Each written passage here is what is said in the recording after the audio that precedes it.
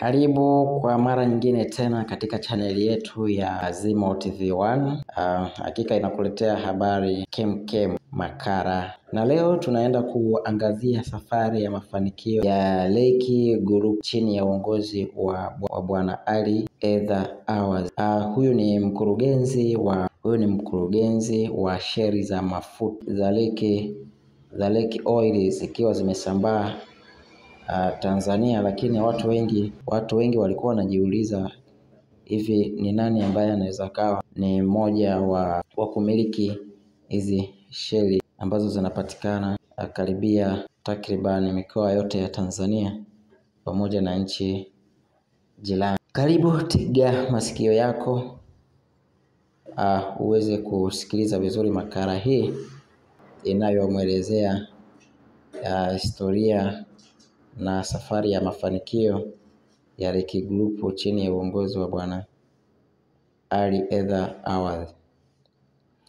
Ali Edha Awaz ni mkurugenzi mtendaji na mwenyekiti.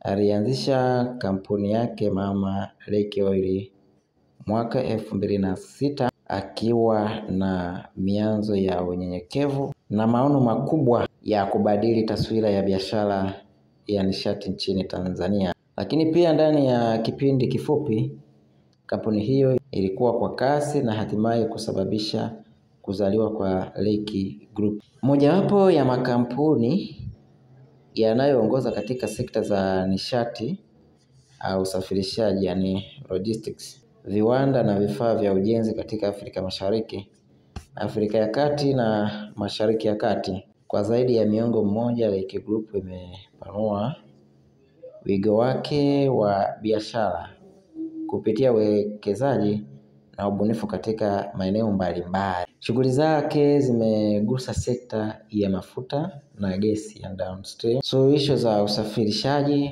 viwanda vya uzalishaji chuma, vilainishi ni lubricants, na uzalishaji wa zege mchanganyiko.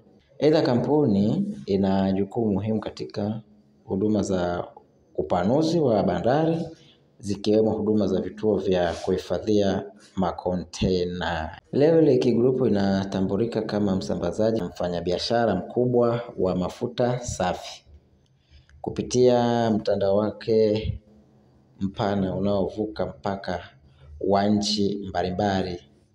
Biashara zake zimeenea Tanzania, Zambia, Jamhuri ya Kidemokrasia ya Kongo, DRC, Burundi, Kenya na Ethiopia na Rwanda. Pia kikundi inamiliki na kuendesha magara ya mafuta katika Tanzania, Kenya, Burundi na DRC, na kimejikita kwenye uzalishaji wa vilainishi pamoja na zege mbalimbali. Na hilo, Lake Group inaendesha msururu mkubwa wa zaidi ya malori 700 yanayohudumia mahitaji ya usafirishaji katika ukanda huu wa Afrika. Kama kampuni ya kimataifa MNC yenye makao yake makuu jijini Dar es Salaam, Tanzania, Lake Group imejijengea heshima kwa kutoa huduma na bidhaa za kiwango cha juu kwa kuzingatia usalama, ufanisi, ubora na utunzaji wa mazingira. Kupitia misingi hii, kikundi kimefanikiwa kupanua kijiografia katika maeneo yote ya Afrika Mashariki na ya Kati, huku moja ya mitambo yake mikubwa ya kuzalisha zege la Primex ikiwa jijini Dubai, Umoja wa Falme za Kiarabu. Lakini pia nguvu ya Lake Group inatokana pia na rasilimali watu wake.